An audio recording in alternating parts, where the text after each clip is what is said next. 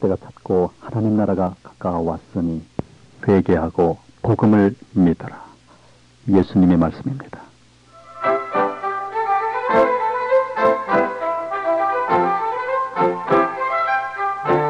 오늘도 주님과 함께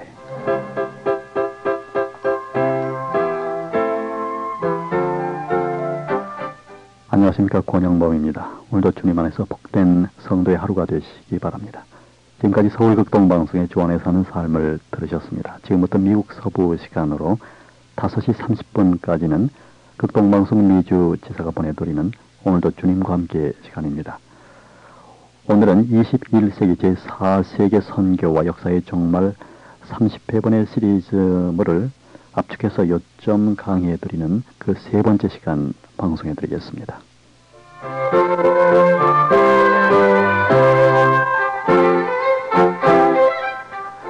오늘도 말씀에는 한미교회 성장연구원 원장이시며 엘림 선교교회를 담임하시는 장부영 목사님이십니다. 목사님 안녕하십니까? 네, 안녕하십니까? 네, 지난 시간에는 그 성경에 있어서의 그 세계사적인 발전의 물결, 또 문명의 물결, 또 그 여러 방면의 그 물결, 예를 들면 정치, 경제, 사회까지도 네. 이제 물결로서 발전해온 바를 조명해 주셨는데요. 네. 오늘은 그 기독교 물결, 즉 예. 복음 전파의 물결도 예. 어떻게 그러면은 진전해왔고 오늘날 어느 물결 상태에 있는지 예. 그런 말씀부터 오늘 좀 말씀해 주시죠. 예. 이 시간에는 그 기독교의 핵심 메시지인 네. 복음의 물결이 네. 예루살렘에서 시작된 이후에 네. 유대와 사마리아와 그리고 이방 땅인 소아시아, 로마를 통해서 전 세계로 흘러넘친 복음화의 물결을 따라서 기독교의 역사를 추적해 보려고 합니다. 네. 먼저 기독교의 확장운동을 보게 되면 기독교는 시대에 따라서 부흥의 바람이 불어서 흥황했다가 또 어느 시대에 가서는 잠잠해지고 심하면 쇠퇴하는 증감운동이 주기적으로 그 사이클 현상을 나타내면서 그렇게 흘러온 것을 볼 수가 있습니다. 네. 이것이 바로 이제 기독교 역사의 물결인데 네. 교회사 교수로 유명한 지금은 자꾸 하셨습니다마는 켄네 레토렛이라고 하는 교수는 이 기독교의 확장운동을 4단계로 분석을 했습니다. 네. 제1기를 주후 1년에서부터 500년, 그래서 5세기 중에 기독교의 확장운동이라고 분석을 했고, 네. 제2기를 500년에서 1500년까지 기독교의 유럽 확장운동, 제3기를 1500년에서 1815년, 바로 3세기간의 기독교 확장운동, 제4기는 1815년에서부터 1914년까지 위대한 선교의 세기라고 이렇게 분석을 했습니다. 네. 근데 주님의 지상명령을 따라서 제자들이 기독교 선교의 사명을 열심히 수행해 왔고, 오늘날도 그들의 뒤를 이어서 주의 종들이 계속해서 수행하고 있죠. 네. 이 기독교의 선교운동도 역시 예루살렘에서 발원해서 온 유대와 사마리아와 딱 끝까지 전개돼서 오늘날에는 전 세계를 뒤덮고 있는 것을 우리가 볼 수 있죠. 먼저 바울이 세계 선교의 발판을 놓았는데 이제 그 이방이라고 하는 소아시아와하고 이제 그 로마 지역을 네. 그게 바로 초대 교회의 선교였습니다. 네. AD 1년에서부터 590년까지를 잡지요. 네. 그리고 선교의 제1물결, 그러니까 세계 선교의 개념을 가진 것이 이때부터입니다. 아하. 세계 선교의 개념으로 선교의 제1물결이 바로 유럽으로 올라갔습니다만 중세교회 선교죠. 그래서 590년서부터 1517년 바로 리포메이션 그 종교개혁전까지입니다.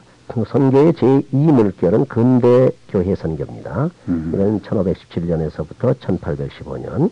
그리고 선교의 제3물결은 현대 교회 선교인데 1815년에서부터 현대 이르기까지.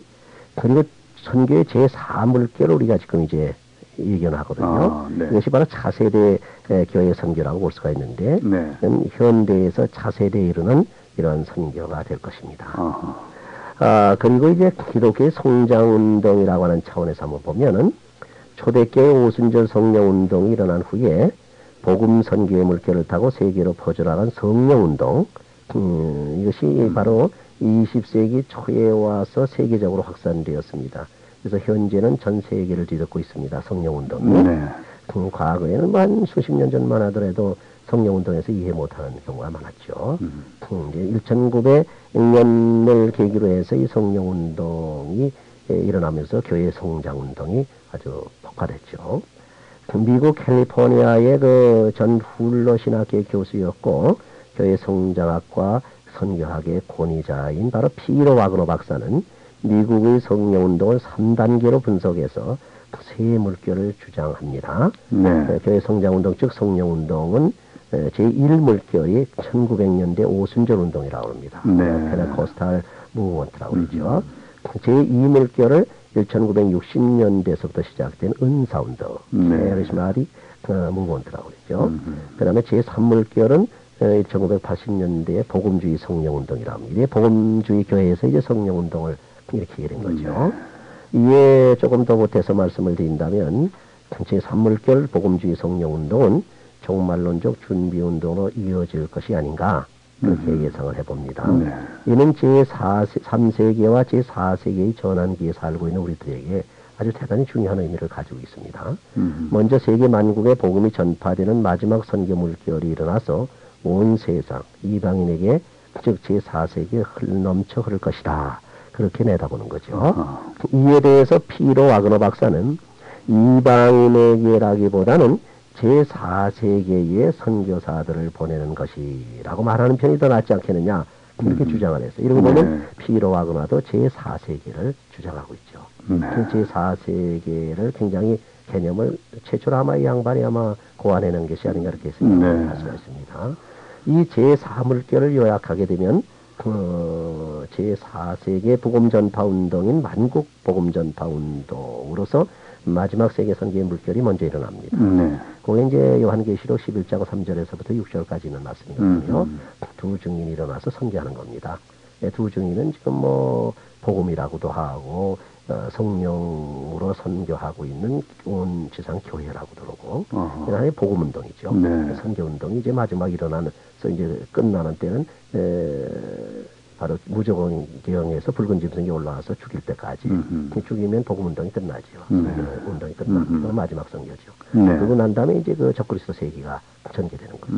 바로 뭡니다. 그 다음에 적그리스도 운동이 일어나서 극도의 환란의 바람이 몰아치게 된다는 거죠.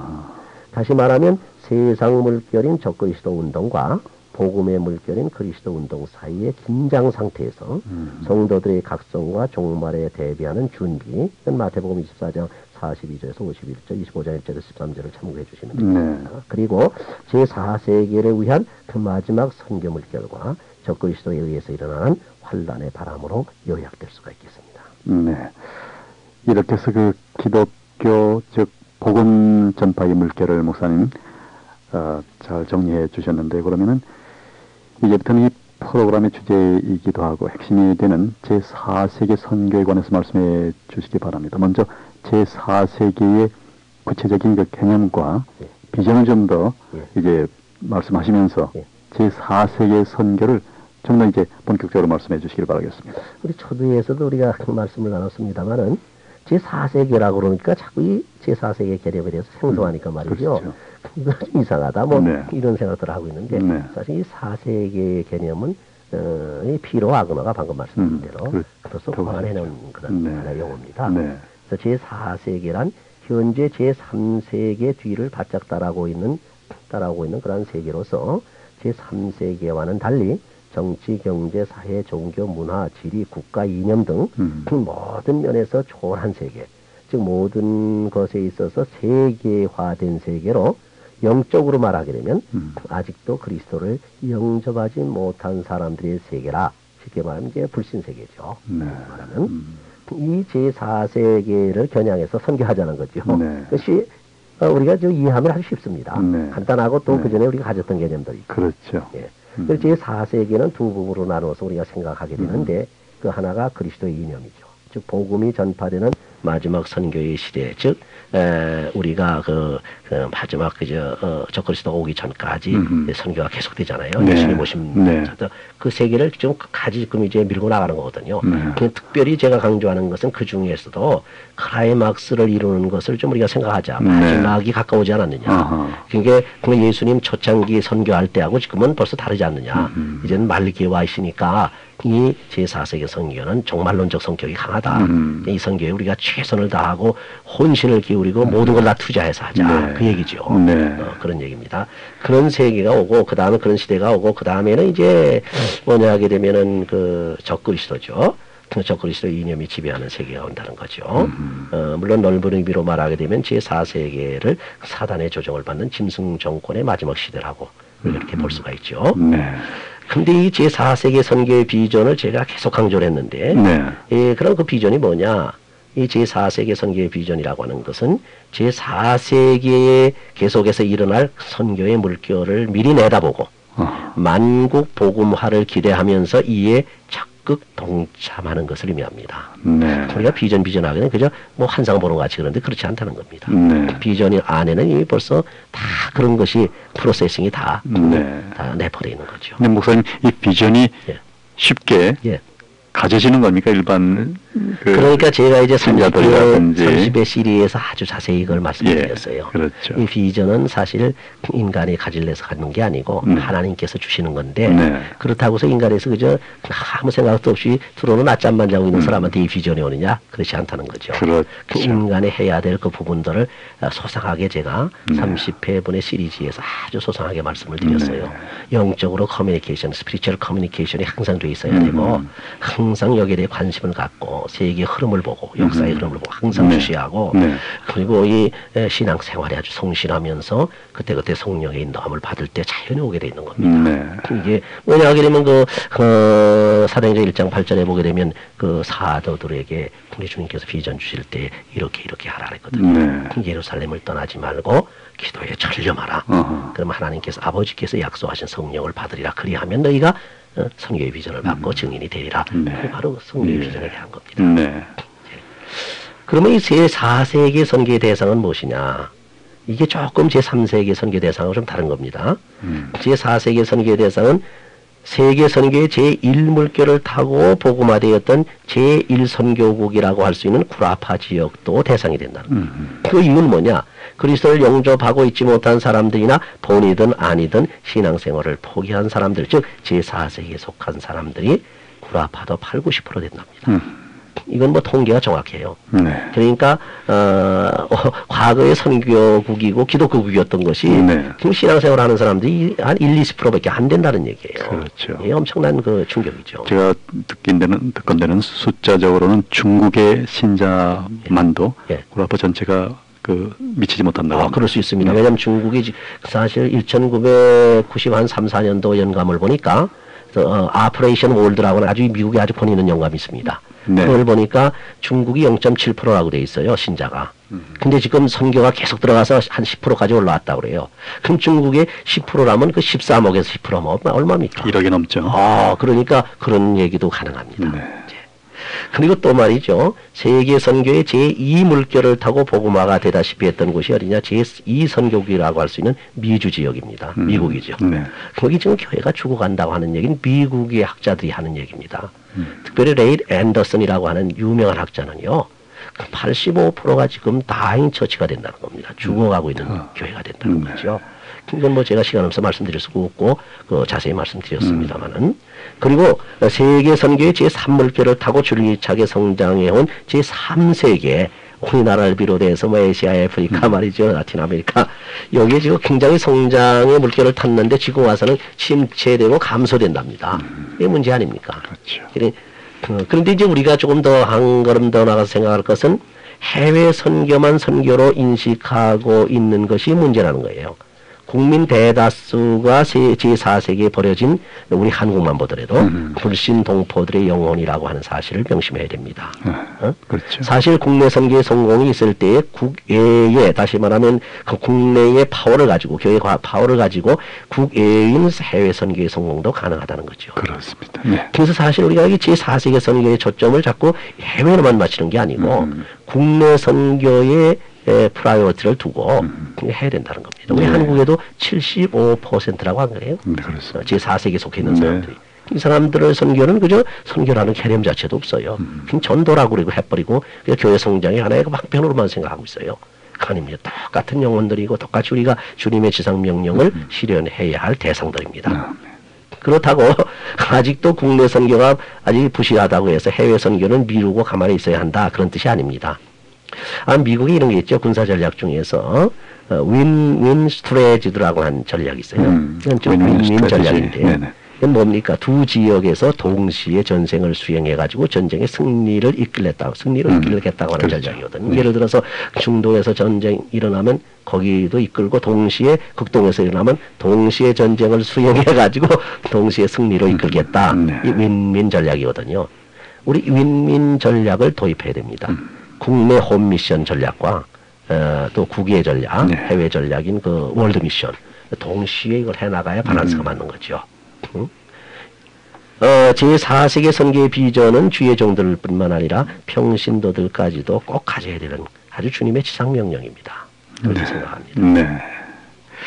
그런데 이 제4세계가 도래하고 있다고 하는데 그 근거를 어디에 두고 이렇게 말씀하실 수 있습니까? 그건 분명히 우리가 근거가 있어야 이런 말을 하겠죠. 우선 첫째로 역사적으로 볼 때 또는 인류 문명의 흐름, 역사의 흐름으로 볼 때 정치적으로 경제적으로 그리고 종교적으로 이미 제3물결 시대인 제3세계의 막바지에 와 있다는 겁니다. 그게 막바지에 와 있으니까 자연히 제4물결 제4세계로 넘어가야 되지 않겠느냐. 그러니까 제4세계를 타겟을 하는 거죠. 그리고 성서적으로 볼 때 현대는 농업 문명인 물 문명 시대를 지나서 산업 문명 즉 공업 문명인 불문명 시대. 공업 문명이라는 불문명 시대 아닙니까? 이루어지는 그 인류 문명의 종말에 와 있고 근래에 와서 종말의 징조들이 속속히 나타나고 있거든요. 세계도처에서 뭐 지진이 지금 지진이 말이죠. 과거에 없던 유례 없는 지진들이 많이 일어나잖아요. 우리 한국에도 없던 게 지진이 많이 일어나고 도수가 굉장히 강해지고 대만이라든 저 유럽 뭐 터키 그 옛날엔 칠레 같은 데 많이 일어났습니다. 뭐 걸자에 왔었는데 일본 뭐 우리 미국 뭐 수없이 뭐 소련까지 뭐 다 뭐 저 러시아 많이 일어나거든요. 그런 걸 보고 또는 뭐 지구의 온난화 현상이라든지 오존층 파괴, 환경오염 무슨 사회의 죄악상, 세계화 현상 이런 것들이 전부 제4세계를 예고하는 것들이거든요. 그리고 마지막 지상 나라를 대표하는 넷째 짐승 이건 성서적입니다. 넷째 짐승의 나라가 이제 세계 공동체라고 내다보고 있는데 출현할 때가 가까워 오고 있다고 지금 예견을 하고 있습니다.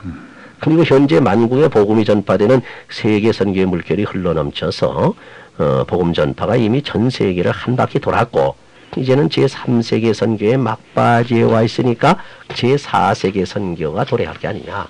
그런 근거로서 제4세계 선교를 지금 예비해야 되고 준비해야 된다. 그렇게 보는 거죠. 네. 제4세계 선교의 선교 비전에 대해서 말씀해 주셨는데요. 아울러서 제4세계 선교의 선교 전략은 어떻게 해야만 되겠는지. 선교 비전이 있으면 자연히 전략이 그렇죠. 있어야 되겠죠. 물론 제4세계 선교의 전략을 세우기 전에 먼저 몇 가지 고려해야 할 문제들이 있어요. 왜냐하면 선교 전략이라고 하는 것은 항상 그 시대의 컨텍스트, 상황이죠. 그 상황들을 고려해야 하기 때문입니다. 전략이라고 하는 말 자체가 벌써 상황을 고려해서 세우는 거거든요. 먼저 이제 그 제4세계가 도래할 것 같다고 지금 말씀드렸거든요. 그럼 그 제4세계가 어떠한 시대인가 하는 것을 먼저 알아야 되죠. 제4세계는 제5세계가 될 성도의 나라, 즉 주의 제 이름으로 이루어지는 재림 왕국이 도래하기 바로 직전 그런 세계입니다. 그런 나라죠. 그런 나라로서 세상 나라로서는 마지막 나라의 시대가 되는 것입니다. 성경에 다니엘서 7장 24절에서 27절 또는 7장 17절에서 22절 또 2장 34절에서 35절 2장 44절 성경적으로 말씀드린 거죠. 제4세기에는 그 전반부가 두 증인의 활동으로 상징된 마지막 선교의 물결로 만국 복음 전파 운동 즉 선교의 클라이막스를 이루는 시대가 될 것이라는 거 요한계시록 11장 3절에서 6절 그렇기 때문에 우리가 이 시대를 그렇게 잘 내다봐야 되겠죠. 제4세기에는 그 후반부가 지상의 마지막 왕권인 넷째 짐승이 출현해서 잠시 성도들과 싸워 이긴다고 그랬어요. 그래서 이기고 적그리스도의 왕국을 수립하게 되고 그때 성도들을 박해하게 된다. 그렇게 되어 있거든요. 그때는 이제 그 지상의 대환란 시기가 될 것이라는 거. 또 역시 요한계시록 11장과 다니엘서 7장, 8장, 12장에 잘 기록이 되어 있습니다. 그리고 21세기로 돌입하는 현대는 앞에서 이제 말씀드린 여러 가지 종말론적 징조들을 감안할 때에 제3세계의 시대가 막바지에 이르고 있기 때문에 이제 제4세기를 대비해야 할 때라고 판단됩니다. 그러므로 제4세계 선교를 위한 준비가 시급하지 않느냐 그렇게 내다보는 것이죠. 그리고 이제 제4세계 선교는 제4세기의 특성을 고려해서 선교 전략을 세워야 할 것입니다. 그게 제4세기에는 쉽게 말해서 우리가 종말에도 마지막 부분으로 지금 치닫고 있으니까 종말론적인 특성이 강하게 가지고 있는 것으로 봐서 종말론적인 상황에 맞는 특별한 전략을 세워야 할 필요가 있지 않느냐 그렇게 내다봅니다. 그래서 이제 그 상황이 이렇단다면 전략이 그래 어떠해야 되시는지요?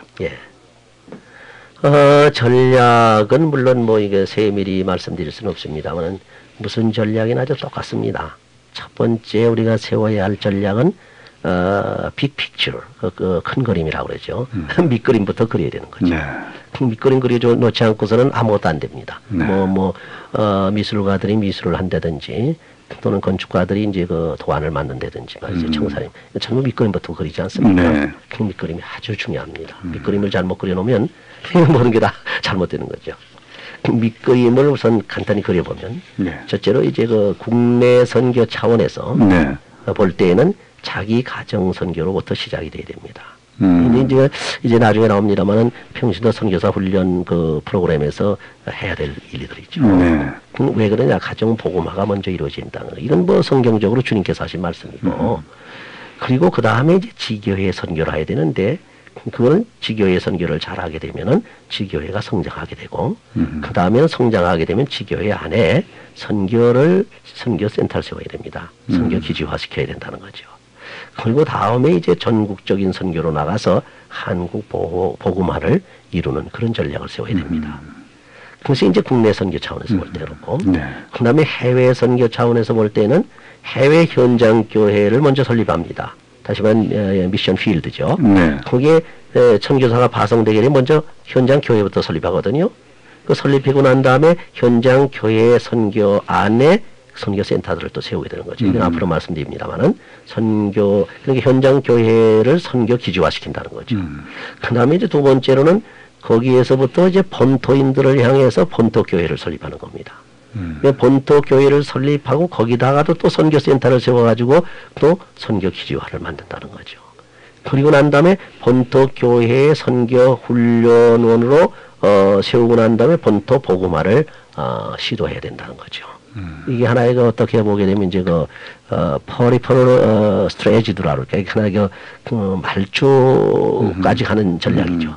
그런 이제 전략을 세우는 거죠. 본토 교회라면 여기서는 네이티브입니다. 해외를 여전히 말씀하는 선교사가 파송되잖아요. 선교지로.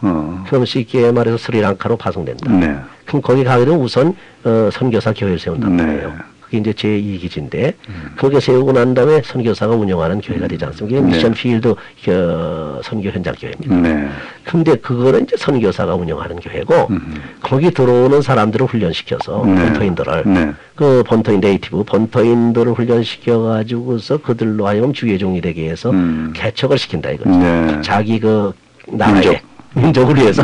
그것이 이제 제3기지인데, 거기에다 이제 제3, 그러니까 제3 또 서드 캠프인데, 거기다 해가지고서 그들로 하여금 말초 지역까지 선교할 수 있도록 왜냐면 이 마지막 그 선교라고 하는 것은요, 이 추수하는 이 한국 복음 전파라는 것은, 이건 뭐, 어떻게 제한된 선교사가 좀 안 되거든요. 그러니까 이게 전략 중에서 가장 중요한 세포 조직적인 또는 뭡니까 말초 지역까지 뻗어나가는 선교 전략이거든요. 그리고 이 복음화 세계 복음화의 목표를 보게 되면 어떻게 복음화를 시켜야 되느냐? 첫째로 제3세계 선교를 봐야 되죠. 네. 보게 되면 아시아를 볼 수 있죠. 우리는 북한 내동포가 급하고, 그 다음에 이웃 지역에 뭐 중국이라든지 일본이라든지 러시아, 뭐 아시아권을 항상 전략으로 이제 타겟을 삼아야죠. 그리고 라틴 아메리카 중남미 지역이죠. 그 다음에 아프리카 지역. 그게 이제 뻗어나가야 되죠. 그래, 구라파 선교라고 했는데, 구라파 선교라고 하는 말을 하게 되면 아마 거의 우리가 잘 안 뻗쳐나가는 것 같아요. 물론 우리가 하는 방법이 따로 전략이 있습니다만은, 언어도 통하지 않고 그러니까 그들을 다시금 어떠한 그 리바이벌, 다시면 그 대각성 운동을 시켜가지고 성령의 바람을 넣어줘가지고 그 새로운 운동을 일으키는 그런 방법이 있죠. 그건 소구라파 지역하고 동구라파 지역 선교를 나눠 생각할 수가 있고, 그 다음에 미주 지역의 선교인데, 미국에 선교한다 그러면 웃긴다고 그렇게 해요. 그렇죠? 그럼 미국이 지금 교회가 뭐 지금 85% 이상이 죽어간다고 하는 얘기를 레이 앤더슨이 아주 크게 책에도 나와 있고 크게 아주 강조합니다. 그럼 미국을 살리기 위한 방법은 뭡니까? 우리가 언어가 잘 통하지 않은 데 가서 복음 전하는 것도 좋지만은, 그것도 이제 배워가지고 하는 것도 좋지만은, 그들에게 영적인 성령의 바람, 성령의 대각성 운동을 일으켜서 성령의 바람을 일으켜주면, 그건 언어를 초월해서 성령의 역사는 일어나니까, 그럼 그들이 이제 또 다시 하게 되는 그런 일이 일어나는 거죠. 그 미국은 캐나다하고 미국 같은 선교죠. 재선교라고 볼 수가 있겠죠.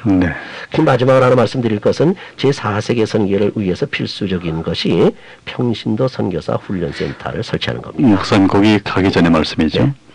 그 무슬림권, 아랍권, 힌두교권은 그 목표 선교지로 뭐 제외를 하시는 겁니까? 아닙니다. 그게 이제 지금은 지역을 말하는 거고, 지역을 말하는 건데, 지금 현대 선교는 바로 그 지역을 강하게 타겟을 삼습니다. 그래서 무슬림권이라든지 또는 그 인도의 힌두교 또는 그 불교권, 거기는 이제 그 우리가 그 파고 들어가기 힘드니까 예를 들어서 이제 무슬림권 같은 데 파고 들어가기 힘들거든요. 그거 못 들어갑니다. 그러면 그 사람들이 그 비즈니스나 어떤 그런 차원에서 우리 한국에 많이 와 있습니다. 그들을 교화시키는 거예요. 그들을 이제 복음 전하는 거죠. 그런 방법이 있겠죠. 그래서 이제 말씀을 간단히 마치면은 각 지역 교회 안에, 각 교단 및 선교기관 안에, 각 기도원 안에라든지 해외 선교 현장 교회 안에, 해외 본토 교회 안에 이 평신도 선교사 훈련센터를 설치해야 된다는 거죠. 그런 목사님 오늘 시간 때문에 말씀 여기서 마치시고 다음 시간, 마지막 시간으로 또 넘어가도록 하겠습니다. 오늘 말씀 감사합니다. 대단히 감사합니다. 감사합니다. 21세기 제4세계 선교의 역사의 종말 압축본 그 세 번째 시간이었습니다. 지금까지 말씀에는 엘림 선교교회를 담임하시며 한미교회 성령연구원 원장이신 장부영 목사님이셨습니다. 이 시간 방송 들으시고 연락 주실 분들은 714지역번호 638국에 2601번 장부영 목사님 댁 714지역번호 638국에 2601번으로 연락 주시면 친절히 안내해 드리고 있습니다.